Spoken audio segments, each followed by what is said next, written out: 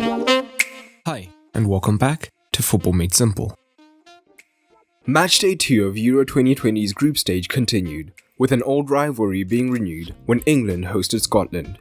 A win for England would have taken them back top of the group, but Scotland desperately needed the win to keep their chances of second, or at least a best placed third place side, strong. In the end, the match finished 0-0, with the XG showing that both sides did have their chances. But what exactly went right and wrong tactically for Southgate? Let's take a look.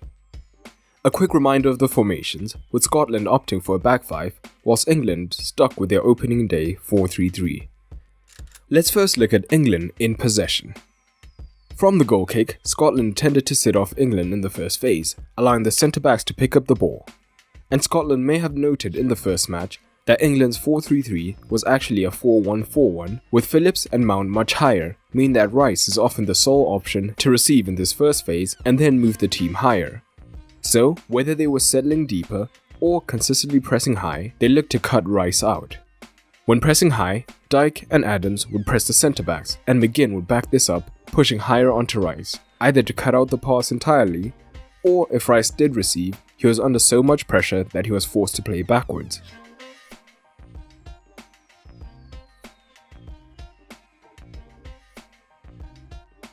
If Scotland was sitting deeper instead, both forwards sat deeper, protecting the centre to cut off Rice, whilst again McGinn would be ready to press, trapping Rice inside this triangle and making it difficult for him to receive.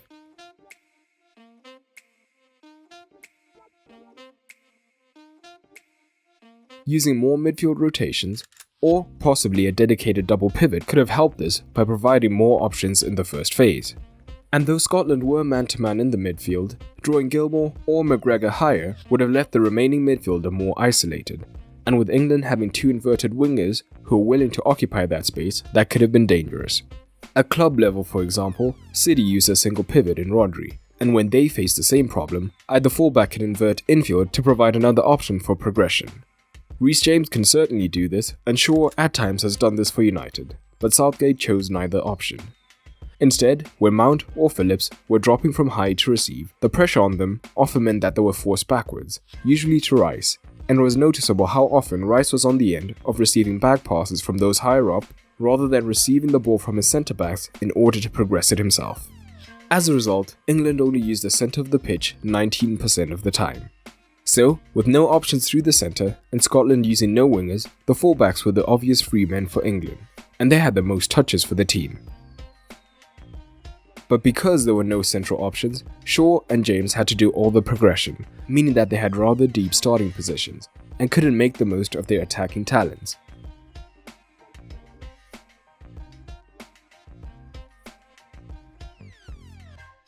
In fact, between the pair of them, only 3 crosses were attempted. They also had limited touches in the final third.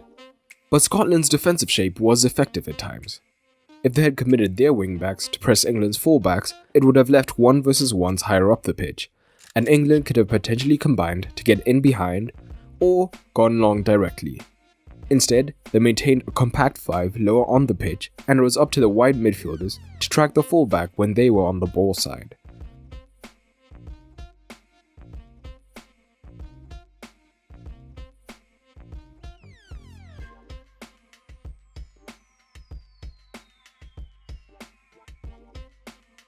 This did provide opportunity for England, however, as where before they were 3 versus 3 in midfield, now one of Scotland's midfielders was forced to move out of this central block, and England often looked to use opposing movements to take advantage of this.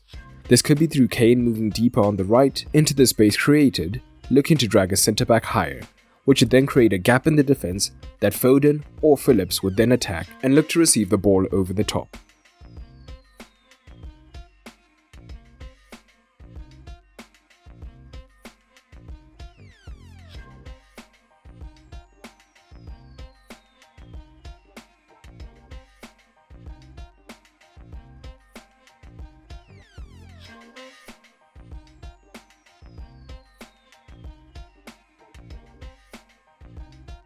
But most of England's play came down the left, and often they were able to create 3 versus 2s out here by using the wide triangle of Mount, Shaw and Sterling.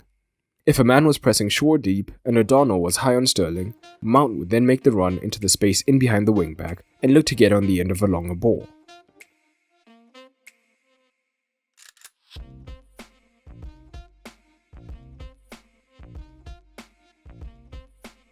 But on more than one occasion, Shaw and Sterling combined expertly, as Sterling would often receive off Shaw, who would then make the underlapping run off of his man to receive the return ball, as there was space in this inside channel given it was the wide midfielder who had been tracking Shaw, and he could then advance.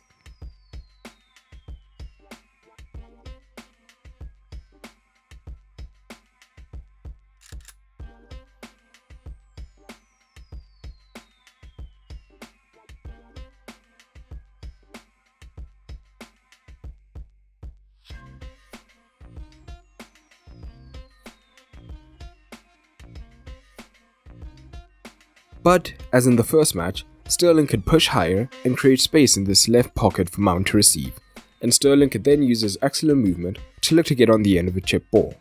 But in the end it was to no avail.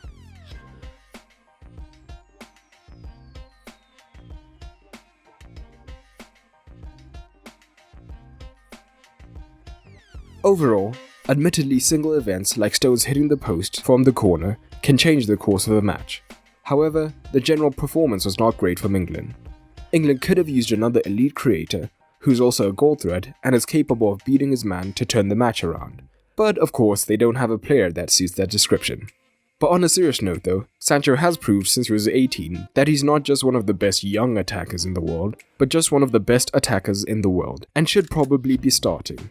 However, perhaps Southgate's TV package must not cover the Bundesliga or the Champions League. But what did you make of this match? Drop it down below. A quick shout out to my Patreons for helping to make this video possible. If you want to support, head on over to patreon.com/footballmadesimple and you'll get rewards like early access to videos and exclusive content. But that's all for today, and remember, keep it simple.